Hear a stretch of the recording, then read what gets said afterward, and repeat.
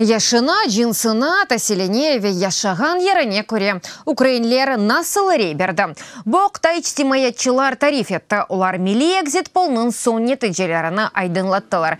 Эпосавелетлерден тахминен 19,5 бин инсан соравдан кечті. Харби Украинада бірінші ерде Петро Порошенко, қалған ерлерде Володимир Зеленский, бұнын Илья Зеленский, 18-ден 29 яшқа қадар сайлайчылар арасында да бірінші олды.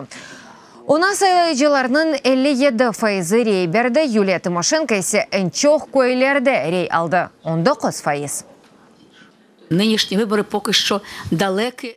Шымдаки сайлавлар ақыл жасайлавдан да узақлар. Мен соравларның малюматына эсаслана белі бар намзет үшін озерейіні берген салайчылар намзетлерінің программасыны не қадар таныш олғанына көрмек мүмкін. Порошенкоға келгенде она рей бергенлерінің ярасы білейді. Зеленскийге рей бергенлерінің тек 10% білейді.